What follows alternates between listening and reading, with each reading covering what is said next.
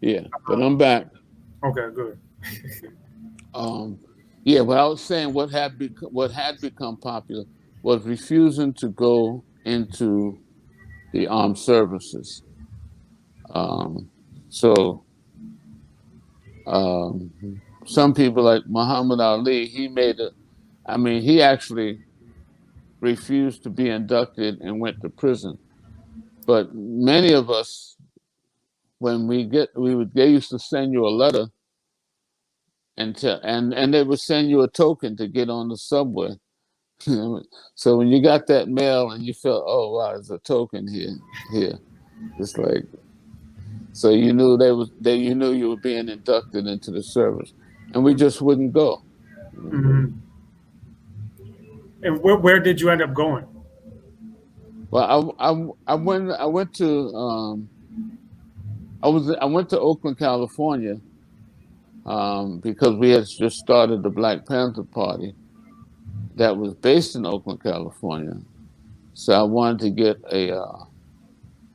get a closer look at what was the base of this organizing that we were doing, because we were finding that there was some differences, like for instance, tenants organizing tenants for tenants' rights against housing conditions. That was a big thing to us in New York. Hmm. Um, in in Oakland, it wasn't seen as something. It wasn't seen as something big, you Hmm. know. It was, matter of fact, it was looked down upon. Like we wasn't really being revolutionary. We was just, we was just doing something. Um, yeah, I don't know how, but that type of thing where you couldn't understand how you're doing something and this national organization that you belong to is not accepting it as real revolutionary work. Hmm. And then there was also the issue of combating the drug traffic. You know, when we talked about that, you know, they thought that was too much. Like you know, like like you say, wow, that's going against the mafia. And you say, yeah, I mean, this is revolution. We're trying to have control of our community. Hmm. And we had the example. Well, in Harlem, we had the example of Bumpy Johnson. You Hmm. know, gangster, take control of your community. Don't let nobody else run nothing. Hmm. So I mean, that was our thing, and you know,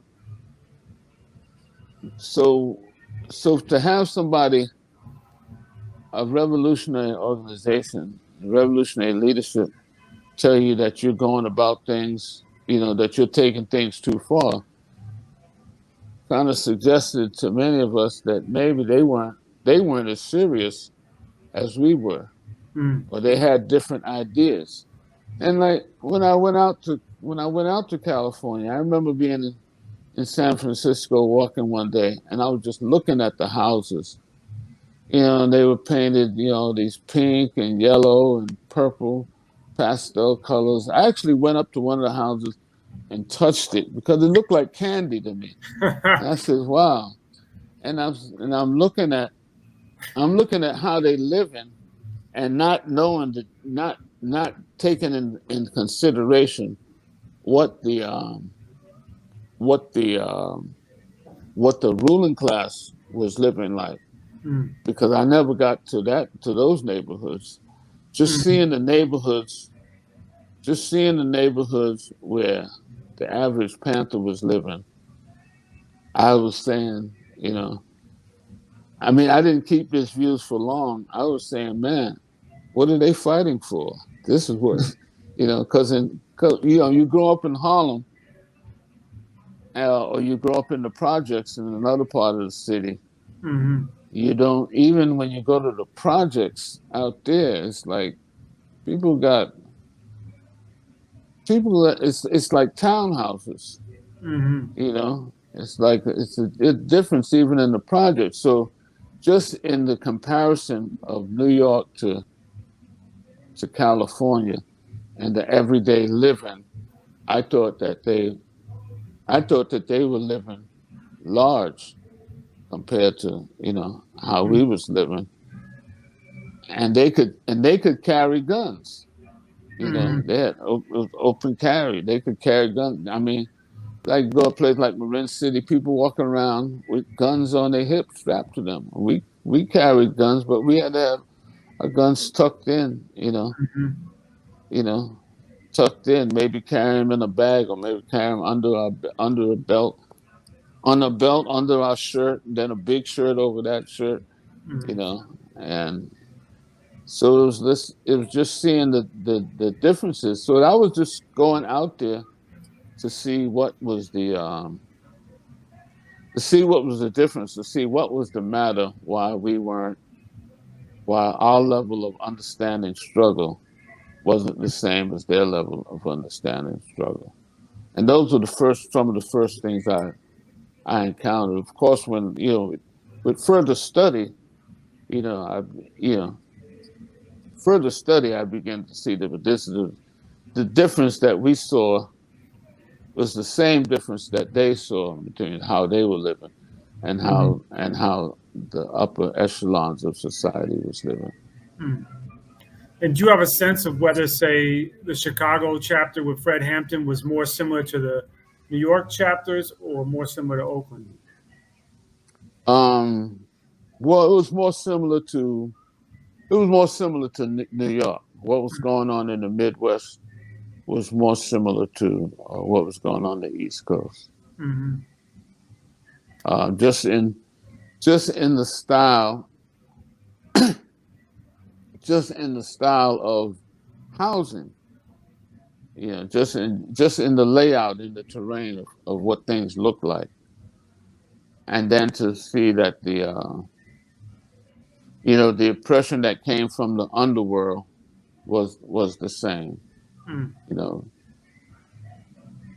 What about the mentality, the perspective of the of the Chicago chapter? Was it more similar to New York? um, I never really got to Chicago to meet Mm-hmm. people in Chicago. Like I never met Fred Hampton. Um, when he was killed, I think I was already locked up in jail when he was killed. Not a matter of fact, I was in the initial stages of recruiting people for the party.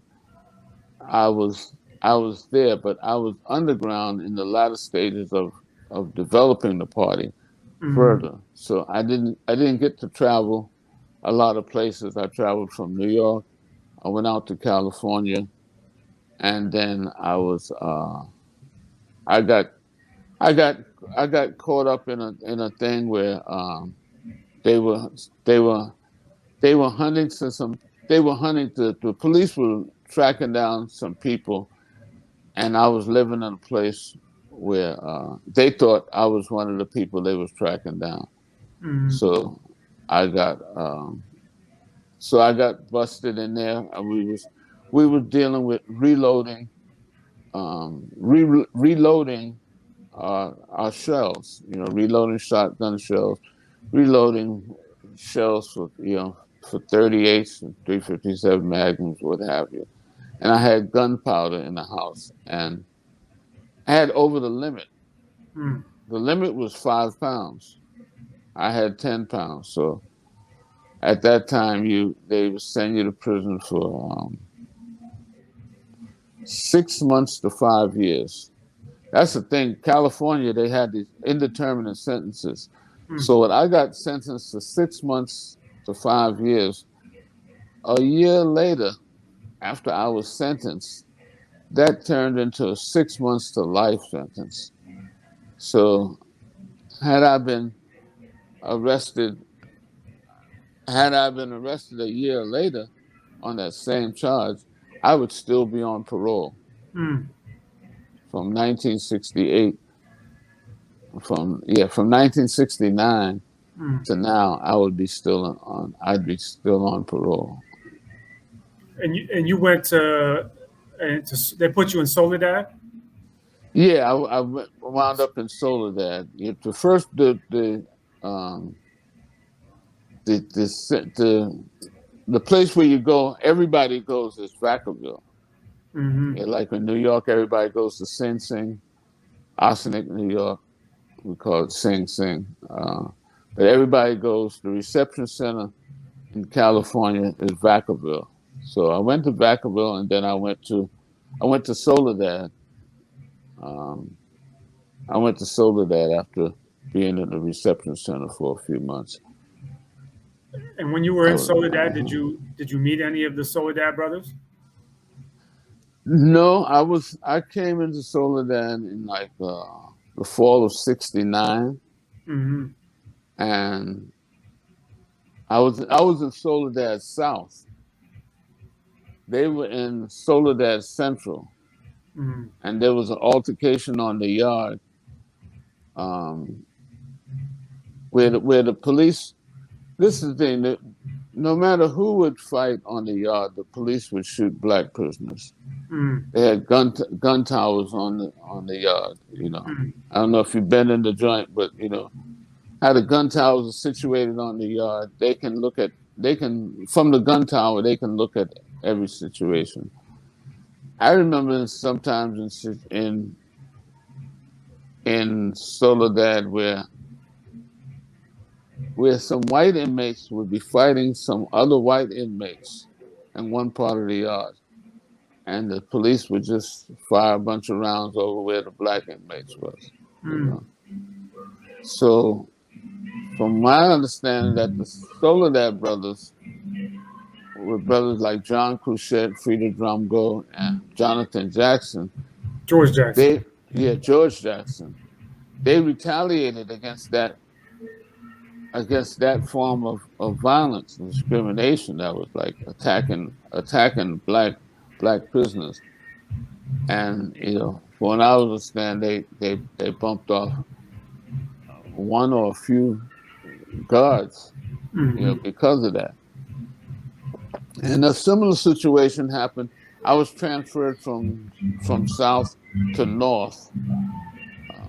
North was a situation. South was more like dorms. North was a situation more like prison. You know, it was more. It was similar to Central, um, and a similar situation happened in uh, in North. Where that's why I said, well, I witnessed, what they were talking about, what happened on the yard in Central, in Soledad Central. What I witnessed in North was that, you know, ain't even ain't nothing going on over here. But Mm-hmm. here come the shots. Everybody got to duck, you know, because they're gonna start firing us because something is going on the yard. So a similar situation happened. Some brothers they responded and assassinated a couple of guards. Mm-hmm. Yeah, I know that on January 16th, 1970, the Soledad brothers were charged with murdering John Vincent Mills, a white correctional officer. Yeah, I didn't even remember his name when I saw your notes. I remembered. Oh yeah, that was the guy's name. Yeah, yeah. And So they was charged with that, and I mean the word on the I don't remember if they claimed it mhm, or not, but the word on the cell block was that the police deserved that. mhm, That because what they was doing was so outrageous, shooting at us. And when we might have not been doing nothing but playing cards or just standing around talking, mhm, and the violence is going on over there. All the noise is going on over there, and they're shooting. They're mhm. shooting over here. You know. And you were eventually released from Soledad in '72, right? Yeah, I was released in February of '72, and that was because we started organizing along with the action that some brothers took. We started organizing on the yard and making brothers learn how to read. Like we had a thing. If you couldn't spell iron, you couldn't get on the iron pile. The iron where people was pumping iron. But if you can't spell how you spell iron, and you don't even know how to spell iron, IORN, then you couldn't pump no iron. Mm-hmm. First thing you had to do was learn the alphabet. Mm-hmm. Learn how to write your name. Learn how to spell different words, and begin reading. So that's where our political education came first with, just basic education. You learn how to read, learn simple mathematics. I was good in math and taught math. So there were a number of us who we were put out. That's how I said I got out of prison because I was too I was too positive for the prison. The group that we had, we were making it so there wasn't going to be no ignorance amongst our fellow prisoners. Everybody was learning to read. So when they look around, they see everybody's reading. Ain't nobody just um, ain't nobody just pumping iron and getting strong and fighting each other. Mm-hmm. And another thing, moving against just like we moved on the drug traffic in the street, we moved against the people who were making Applejack and selling Applejack. Because sometimes come you come in the wing and everybody's drunk, you know. Mm-hmm. So that was the thing, people drunk, people getting drunk, people pumping iron, nobody learning nothing. We turned it into Soledad University. So and it was beginning to be known. If you go to Soledad, they're gonna make you, they're gonna make you study. They're gonna make you study about things. And for the And we benefit had of the viewer, Applejack is oh, is Applejack is homemade. It's homemade wine. mm-hmm. It's homemade, and they would make it like they would collect like stuff that the prison would issue you, like fruits, like apples. That's why it was called Applejack, Mm-hmm. Raisin Jack, because raisins were plentiful, and you could buy raisins. Not only would you get raisins from the kitchen with your meal, but you could buy raisins from the commissary. So people would buy raisins, and they would, you know, Let and it they would make, ferment. they would make raisin jack, and everybody get drunk. And then what did you do after you got out of Soledad? Oh, I went back to New York, and at that time that there had been a series of attacks on Black Panther Party headquarters.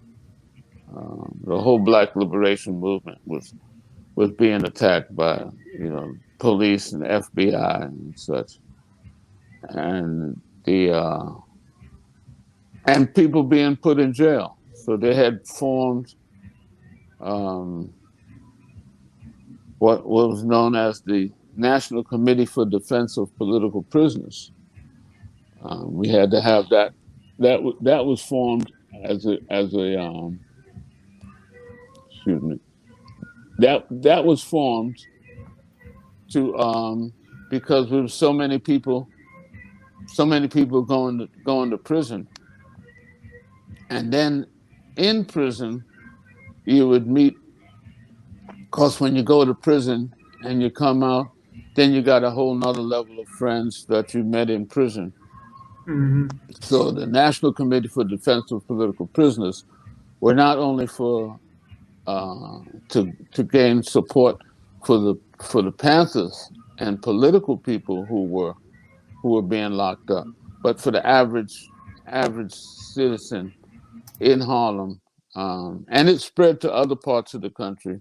Like they had it in Philadelphia and in New York, Philadelphia, I think in Boston, in Baltimore, um, in a few places like Louisville, Kentucky, other places where the where the Black Panther Party had grown and had been under attack.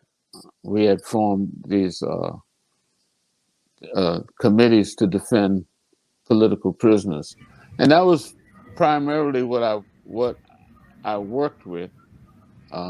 That was my main organizing efforts was through the National Committee for Defense of Political Prisoners. Also, before I left, before I went underground, there had been a convention, the Black Government Convention, in which the Provisional Government for the Republic of New Africa was formed. So a lot of Panthers had become citizens in this new development, and we had developed joint. Um, that was another thing of the differences in California and New York. Whereas in New York, a lot of the citizens were a lot of the citizens, people who became citizens of of of New Africa were Panthers. In California, seemed like there was a clear difference. Uh, they referred to the citizens of New Africa as cultural nationalists, and there was just differences where they wouldn't work together, and they wouldn't. Uh, yeah, it was a long time. From the way it is now from the way it was back then, it took a long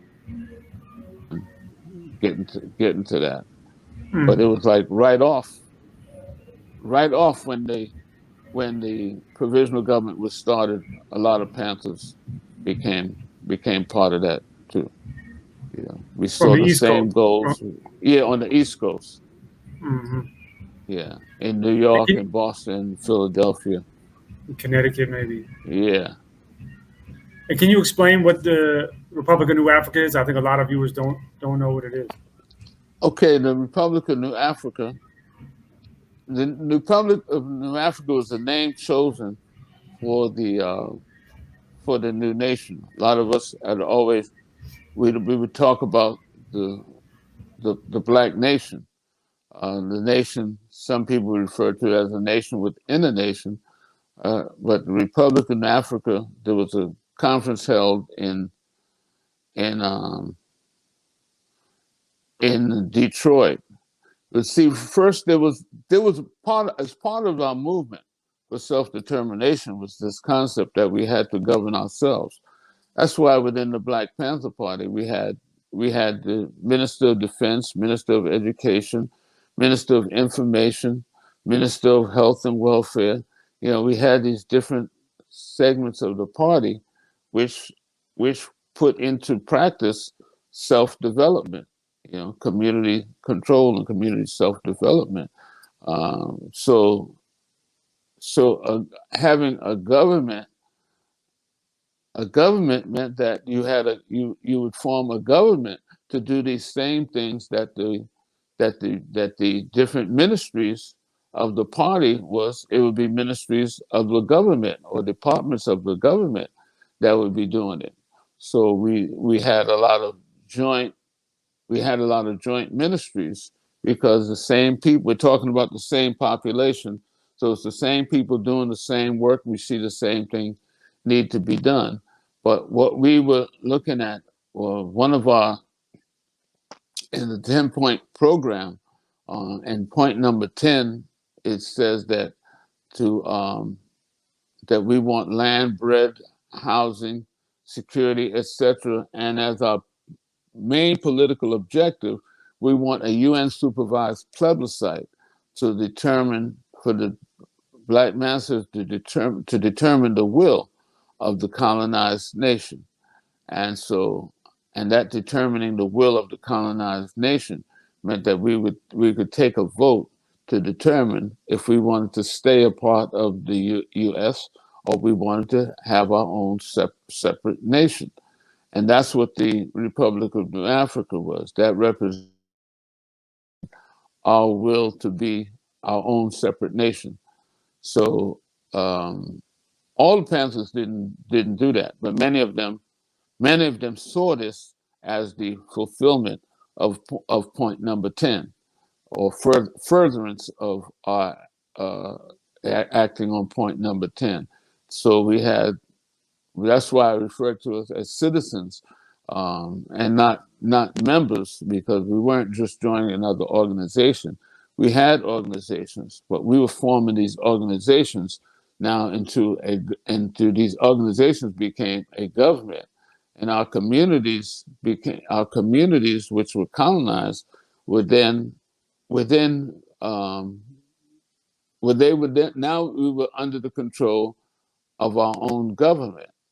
And we, of course, we had to fight the U.S. government for complete control, and that's what we engaged in. Uh, one of the projects that engaged in it and that could show the world what we meant was a project where the Young Lords had taken over the hospital, Lincoln Hospital in the South Bronx, and the Black Panther Party and citizens of the Republic of New Africa uh, engaged in that story. After the Young Lords took over the party, the Black Panther Party and the RNA cadres went into further development. A drug program was started in which it was actually negotiations between the city government and the health and hospitals corporations to have people have jobs and become members of the union of the Health and Hospitals Corporation of New York. And these were revolutionaries who were part of developing this of new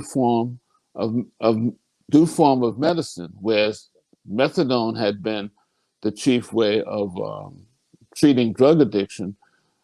Acupuncture became a way where you wouldn't need any drug. Methadone was seen just like we saw the methadone, just like we saw the drugs and the government working hand in hand with the drug traffic by having these poverty programs and this money come out in time for people to buy drugs.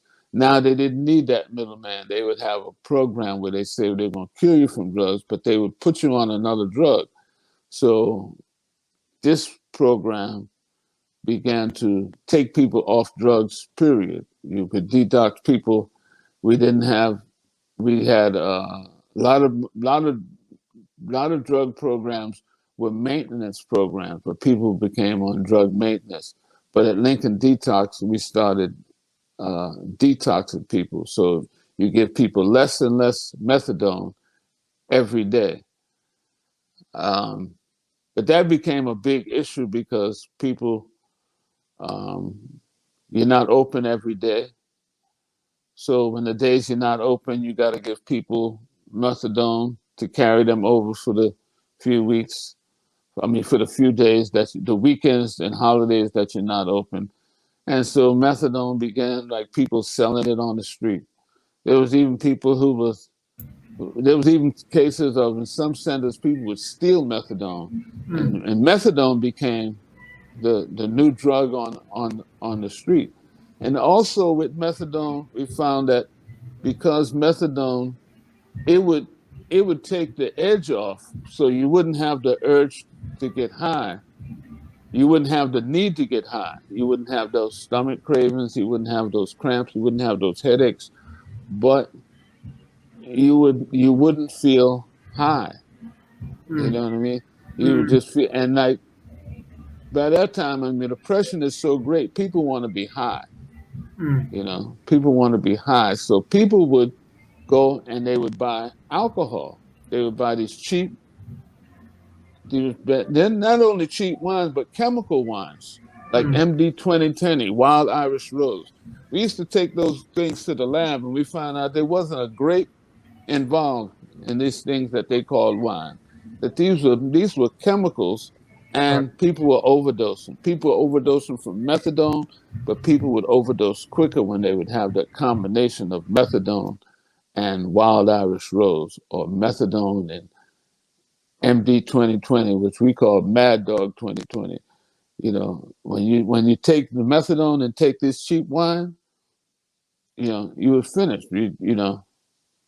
That was it. So acupuncture became a way where it's become drug free. You could come to our program and you could be drug free. You ain't got to worry about it. You don't need no alcohol. You don't need no methadone. You don't need no cheap wine to give you a kick. Methadone, the acupuncture, people would actually go to sleep with acupuncture. With an acupuncture, you would actually go to sleep. You could actually nod. You could actually have time to actually uh, divorce yourself from depression. Of course, we had a program to go along with it. The aftercare program, the educational program, where political education came with. So we said that the best form of recidivism, the best form of not returning to using drugs, was to get involved in the structure that brought drugs about. So people understood that they weren't, you weren't born a junkie, you know. You didn't go to school and learn about being a junkie and say, yeah, well, I want to be a junkie when I grow up. It was the conditions that made you become a drug addict. So in those conditions that made you become a drug addict, and you got involved in the struggle to erase those conditions from your community, that was the way to keep from going back on drugs, and for keeping drugs out of the community. And And so Matu- that's yeah, so that's what we so that was how we felt, we could, as a government, because many of the people in the Black Panther Party, as I already said, and many of the people in the Young Lords became citizens of the Republic of New Africa. and Matulu Shakur, Dr. Matulu Shakur was one of the pioneers in all of that. Yeah. Matulu Shakur he had two sons who were in a bad car accident. And the doctor said Raheem would never walk again. And this was around the same time that we were studying about acupuncture, and Matulu Raheem was walking today. Today he can walk. So that was his personal understanding of what acupuncture can do. And then in the program, it was studying about how people were using acupuncture, because we had already studied the Boxer Rebellion and saw how drugs were used opium was used to keep uh, China China from rebelling against British colonialism. So and the Boxer Rebellion was those people who they used acupuncture to fight against that opium addiction. And so the program used the same thing, used acupuncture to fight against heroin addiction and to fight against methadone addiction. So Matulu Shakur was part of the RNA. He was the minister of the interior. So it's his job to develop of a system right along with the Ministry of Health and Welfare, to develop a system that would change the conditions in the colony in which we were living, in the colonized situation that we were living. So it was his job. So when he was recruited to Lincoln Detox to create a political political education program, he also was very enthusiastic about the acupuncture being used. And so he became the head of the acupuncture collective, um, because everything was revolutionized, and we were copying the models of China, the models of Russia, the models of Vietnam, the models of Cuba, and other revolutionary formations that were taking place, liberation struggles in Central America and South America. And so we were forming collectives. We were not dealing with department heads. We had collectives and collective leaderships over. There was a medical collective, there was an acupuncture collective, there was a security collective, there was a maintenance collective, and that's the way we operated in the takeover of. And so when the takeover of Lincoln Hospital by the Young Lords was staged, and it didn't last but so many hours. But the full takeover was when we went back, was when people, because I was brought in. I wasn't there for that part of it, but I was brought in. I was brought in by Matulu, um, because I had just gotten released from prison, and in prison in Soledad, there were a number of New African study collectives in the California penal system. So we had people who had been in some of those study collectives in the camps get transferred back to Soledad, and so we started studying about Republic of New Africa. And like I said, I had studied about it. I wanted to go to that convention in Detroit in '68. So I was all for it when I came back, and when I was working with the um, National Committee for Defense of Political Prisoners. Batulu also was doing work with the National Committee for Defense of Political Prisoners, and he was very close to Brother Sekou and Brother Lumumba Shakur, and they told me about him. So Matula and I struck up the same close friendship that I had with Lumumba and that I had with Sekou. So he pulled me into that Lincoln detox situation where we demonstrated to the people for about 8 years straight what it would be like to have our own government in control of services to the people. I want to be respectful of your time. You have mentioned that you might have to get off at a certain time, or can we keep Yeah. going? Yeah, I can. I have something to do. I have something to do at 3 o'clock. So it's almost 5 after 1 right now. I'd like to stop maybe about 1:30. I didn't realize Yeah, how, yeah, you know, time yeah, flies. time flies when you're having fun.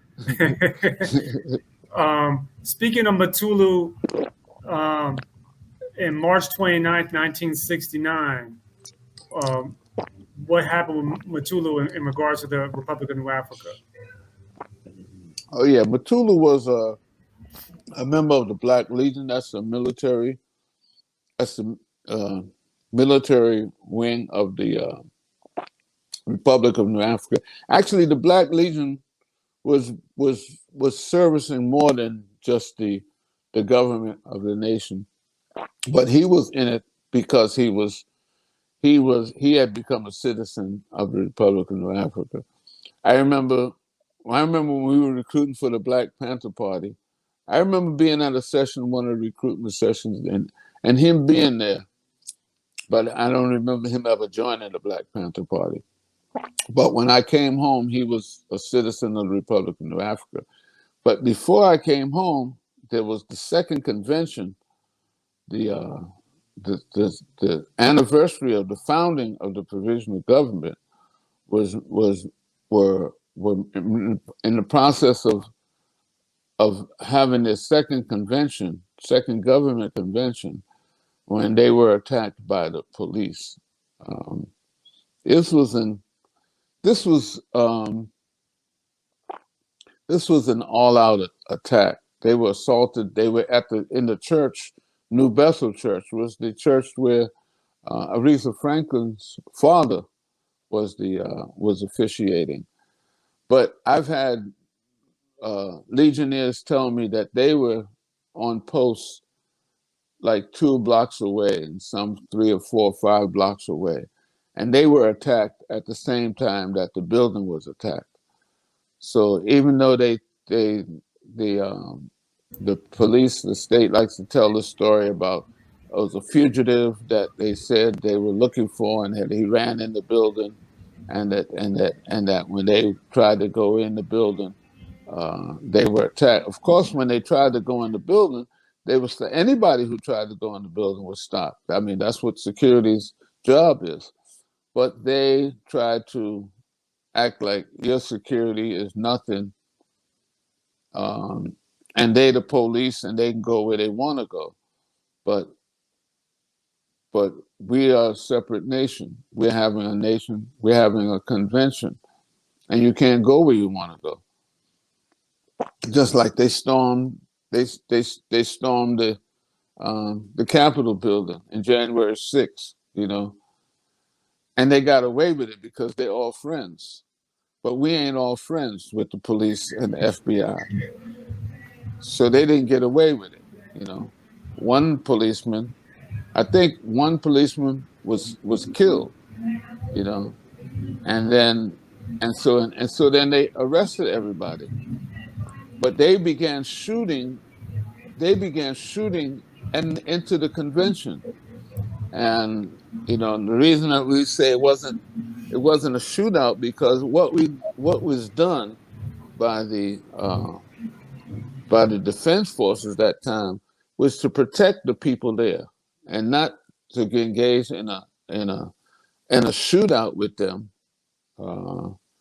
because the idea of a shootout is like they're shooting at you and you're shooting back, and that's not what defense forces are for. Defense forces are to stop the violence. So you secure people and you keep people safe, and that's what Matulu's job was to do. Wasn't there to shoot at anybody, shoot back at anybody, but it was the two elders from his area of Queens. He grew up in South Jamaica, Queens, and the brother, he was part of the Organization of Afro-American Unity, which was the organization that Malcolm had formed, was Baba Herman Ferguson and his wife Ialua Ferguson. Well, he was in charge. He was in charge of protecting them. Matter of fact, Baba Herman Ferguson had been the assistant principal of the school that Matulu went to in South Jamaica, Queens. So he was like the minister of education. He was very popular in New York at that time, in the late '60s, in the mid '60s to the late '60s, and in the field of education. And so he was Minister of Education for the Republic of Africa, and he was also the Eastern Regional Vice President. And Watulu's job was to protect his life, which he did in that incident when all hell broke loose, and he covered them with his own body. So he would have took if they would have shot at them, Watulu would have took the bullet. Yeah, apparently both Herman and Ayala Ferguson. Yeah, right. Yeah. And Matula was apparently only 14, 15 years old or something like that. Yeah, I think he was he was young. He was like that was 69. Let me see, I think he's 70 now.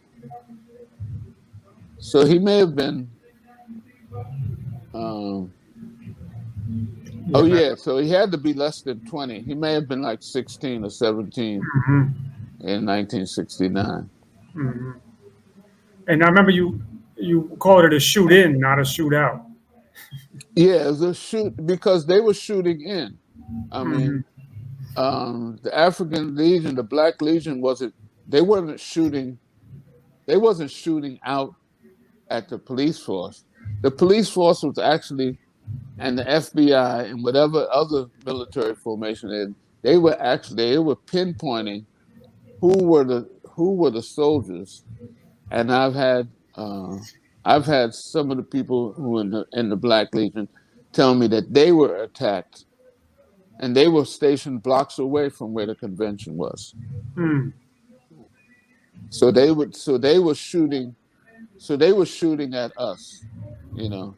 We weren't shooting at them. And we wasn't shooting and it wasn't like a shootout where, you know, we're gonna shoot it out until the last man. There was people there that had come for a convention. So we was trying to get the job of the security forces was to get the shooting to stop Hmm. and to protect the lives of those who were there to conduct business. So when when the shooting stopped, everyone was arrested. So that's what I said. It wasn't a shootout. They surrendered, and so that the shooting would stop, and everyone in the building was arrested. Fortunately, there was Judge Crockett who let everybody go because what happened, commanding officer of the Black Legion was taken into custody immediately when the shooting started. So even though he was the commander of the Black Legion, the enemy knew he was the commander of the Black Legion. And so when they moved him, they thought that, okay, you move the head and then they can just take over. But it was organized and you know, people didn't just say, okay, the leader's gone. It's a free Hmm. for all.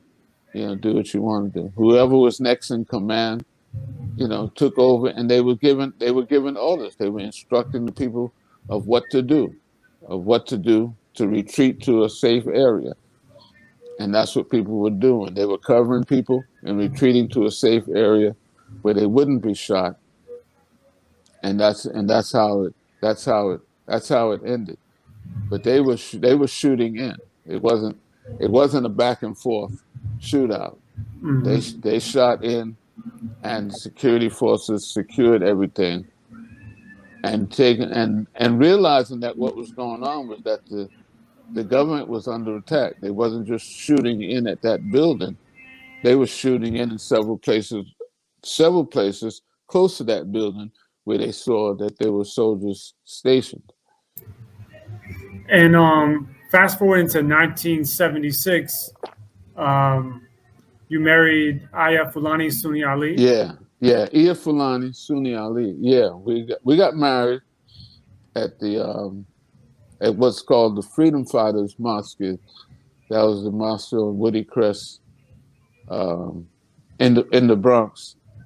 It was a Muslim school and a Muslim mosque, and yeah, so we were married. I had met her um, at the Eastern Regional Convention in '72 when I got out of Soledad and came back to New York. I met her. There was the Eastern Regional Convention in Brooklyn, and that's where I met her there. And I got to know her and really work with her. There was a there was a there was a conference called the International New African Prisoner of War Solidarity Day. It was to raise awareness and consciousness about the RNA-11 who had been involved in a similar situation as that had happened at New Bethel. It was a shoot in. They came and they started shooting in, and in that case, you know, the people, the person who was in charge, he looked out. He saw they were surrounded because first they heard somebody say, "Come on out," and then they started feeling bullets coming in. So the immediate thing to do was to fire back. But when he looked out and he saw that it wasn't just, he saw that it was, there's a military force out there. They've got the building surrounded. So that was the understanding that you don't, our liberation struggle is bigger. Our struggle for independence is bigger than defending one building. So the idea of shootouts is not a thing. Our training is against that. We you know if we can make peace, we make peace. Save the lives, save the building, and live to fight another day. So, but anyway, because of that situation in Jackson, Mississippi, there was 11 people who were arrested in that incident. They were known as the RNA 11. And so in Jackson, Mississippi in 1973, that happened in 1971. So in 1973, there was um, there was the New African International Prisoner of War Solidarity Day. And that called in people from all over the country, from different parts of the world, to raise awareness about the Republic of New Africa and to raise consciousness about the ongoing trial of the RNA 11. And Fulani was the National Minister of Information. So she was in charge of that gathering. And uh, being I was the spokesman for the National Committee for Defense of Political Prisoners. And we had several, before that day, we had several days leading up to that day. So in every area, so we had one in New York. We had a International Prisoner of War Solidarity Day ahead of the major one that took place in Jackson, Mississippi. And so that's during that work is when I got to I got to know uh, Fulani. Fulani got to know her first, know her work and admire her work, and we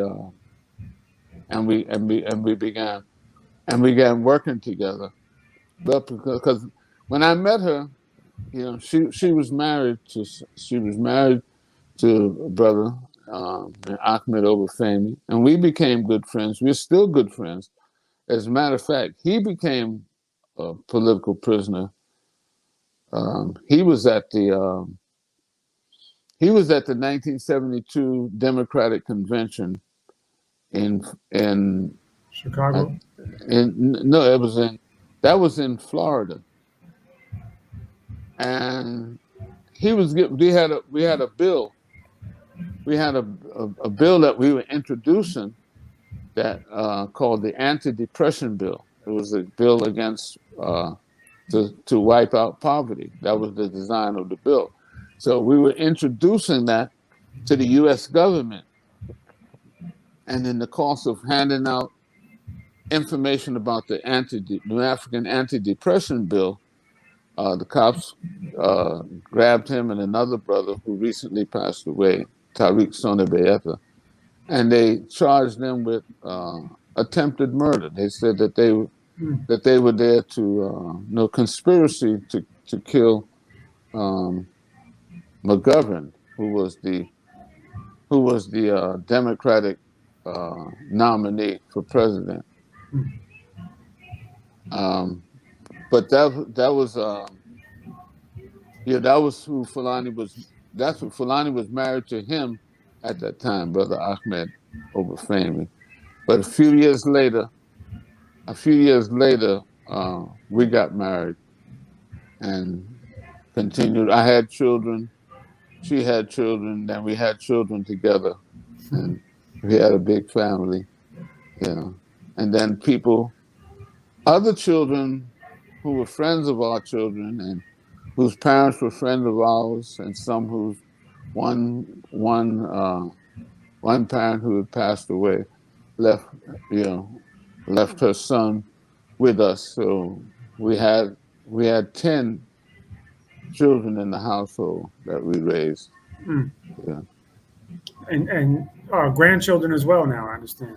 Oh yeah, grandchildren. Hmm. There's 25 grandchildren, Wow. and Congratulations. yeah, and about 5 great grandchildren. Yeah, Wow, wow. yeah. And my understanding is that Fulani was supposed to have written to you while you were locked up in Soledad. Yeah, I was told that I was going to hear from Fulani, a sister named Fulani.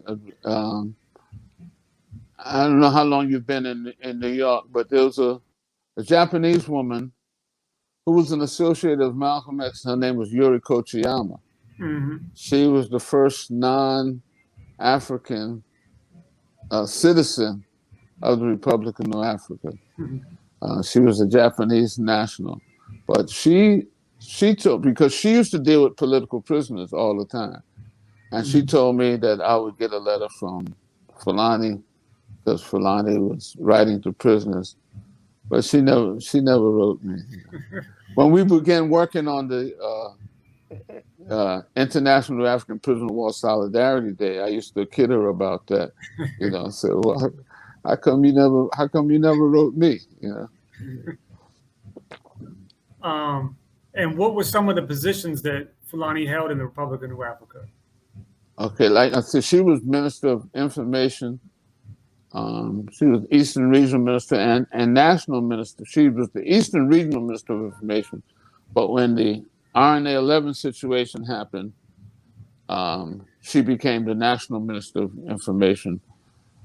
Um, she was also the head of the Boston consulate, because at that time we had consulates. Um, yeah, being a government in the national territory, which is the now the known states of Alabama, Louisiana, Mississippi, South Carolina, and Georgia. We had officers, but in the other areas, which other areas that are outside of our national territory, our officers and points of information were called consulates. So she was in charge of the Boston Boston consulate. And later, when we were married, we moved to Washington D.C. Well, she moved to Washington D.C. I was living in Washington D.C. when we got married. I was performing with Gil Scott-Heron and Brian Jackson in the Midnight Band, and so she moved to Washington D.C. and she became the unit that was functioning in Washington D.C. were people who were brand new, who didn't know a lot about the provisional government of Africa, and they didn't know a lot about the history of the movement. So she became the administrative head um, of Washington D.C. of the uh, of the provisional government council in Washington D.C. And she was also a talented musician and singer. Yeah, she sang. She sang all her life, but while she was in the Black Panther Party, because she was one of those Black Panthers who became a citizen of the Republic of New Africa.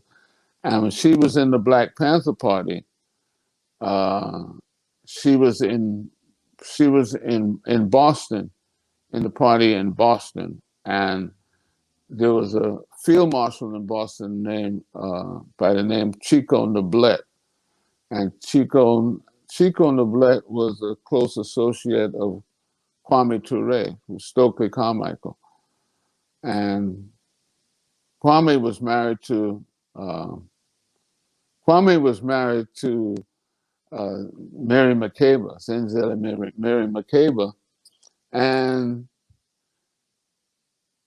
he said, "Oh yeah, this sister always talking about she can sing. I'm gonna see how she can sing. So he had her.